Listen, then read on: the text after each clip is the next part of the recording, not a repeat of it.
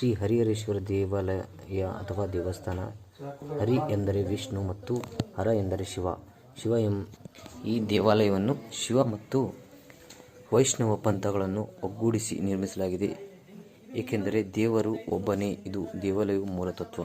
ಮತ್ತೊಂದು ವಿಶಿಷ್ಟವೇನೆಂದರೆ ಇದು ಪಶ್ಚಿಮಾಭಿಮುಖವಾಗಿರುವ ಏಕೈಕ ದೇವಾಲಯವಾಗಿದ್ದು 2 ಗರ್ಭಗುಡಿಗಳನ್ನು ಹೊಂದಿದ್ದು, ಒಂದು ವಿಷ್ಣುವಿನ ಮತ್ತು ಇನ್ನೊಂದು ಶಿವನದ್ದು ಎಂದು 2 ವಿಭಿನ್ನ ಧಾರ್ಮಿಕ ಪಂಗಡಗಳಾದ ವೈಷ್ಣವ ಮತ್ತು ಶೈವ ಧರ್ಮಗಳ ಸಭೆಯನ್ನು ಸಂಕೇತಿಸುತ್ತದೆ. ರಾಜನ ಹೆಸರಿನಂತೆಯೇ ಯಾವುದೇ ದಿನಾಂಕ ಅವಧಿ ಇಲ್ಲ, ಆದರೆ ಬರವಣಿಗೆಯ ಶೈಲಿಯ ಆಧಾರದ ಮೇಲೆ ದೇವಾಲಯದ ಅವಧಿ 11 ರಿಂದ 12ನೇ ಶತಮಾನಕ್ಕೆ ಸೇರಿರಬಹುದು ಎಂದು ನಾವು ಅರ್ಥ ಮಾಡಿಕೊಳ್ಳಬಹುದು. ನಿರ್ಮಾಣದ ಆಧಾರದ ಮೇಲೆ ಈ ದೇವಾಲಯವು 6ನೇ ರಾಜ ವಿಕ್ರಮಾದಿತ್ಯನ ಅವಧಿಯಲ್ಲಿ ಕಲ್ಯಾಣ ಚಾಲುಕ್ಯಕ್ಕೆ ಸೇರಿದೆ. ಪ್ರಸ್ತುತ ಈ ದೇವಾಲಯವು ಹಲವಾರು ವಿಶೇಷಗಳನ್ನು ಹೊಂದಿದೆ. ಮುಖ್ಯ ಮಂಟಪ, ಸಭಾಮಂಟಪ, ಸ್ವರ್ಗಮಂಟಪ, ಅಂಡ್ರಾಲ್, ಡ್ಯುಡಾಲ್, ಗರ್ಭಗೃಹ ಇತ್ಯಾದಿ ಅಲ್ಲಿನ ದೇವಾಲಯದ ಲಕ್ಷಣಗಳಾಗಿವೆ. ಮುಖ್ಯ ಮಂಟಪದ ಪ್ರವೇಶ ದ್ವಾರದಲ್ಲಿ ಕಲ್ಲಿನ ಮೇಲೆ ಕೆತ್ತಿದ ಸುಂದರವಾದ ಮತ್ತು ಆಕರ್ಷಕವಾದ ರಾಮ ಭೈರವಿ ಪ್ರತಿಮೆ ಇದೆ. ಸುಂದರವಾದ ಮತ್ತು ಪುರಾತನವಾದ ಶ್ರೀ ಸಂಗಮೇಶ್ವರ ಮತ್ತು ಶ್ರೀ ಹರಿಹರೇಶ್ವರ ದೇವಾಲಯದ ಫೋಟೋ. ಕೂಡಲ ಸಂಘ ಮಾತೃ ಸಂಘ ಸೋಲಾಪುರ. ಸುಂದರ ಮತ್ತು ಪುರಾತನ ಶ್ರೀ ಸಂಗಮೇಶ್ವರ ದೇವಾಲಯ. ಇದು ಇದ್ರದ್ದು ಒಂದು ಶೈಲಿ ಬರ್ತದೆ. ಒಂದು ಕಲ್ಲು ಮ್ಯಾಗ ಇಟ್ಟು ಯಾವುದೇ ಸಿಮಿಟ ಅದು ಹೊಳಸ್ತಾರೆ, ಕಲ್ಲಿನ ಕಲ್ಲಿಟ್ಟು ಈ ಜಾಯಿಂಟ್ಸ್ ಅದಾವು.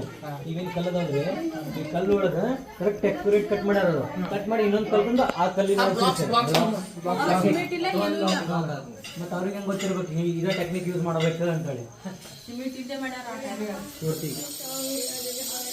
ಭಾಳ ವಿಶೇಷ ಐತೆ ಇದ್ರ ಬಗ್ಗೆ ಸ್ಟಡಿ ಮಾಡಿದ್ರೆ ಮಿನಿಮಮ್ 600-700 ವರ್ಷದ ಹಿಂದಿಂದ ನೋಡಿ.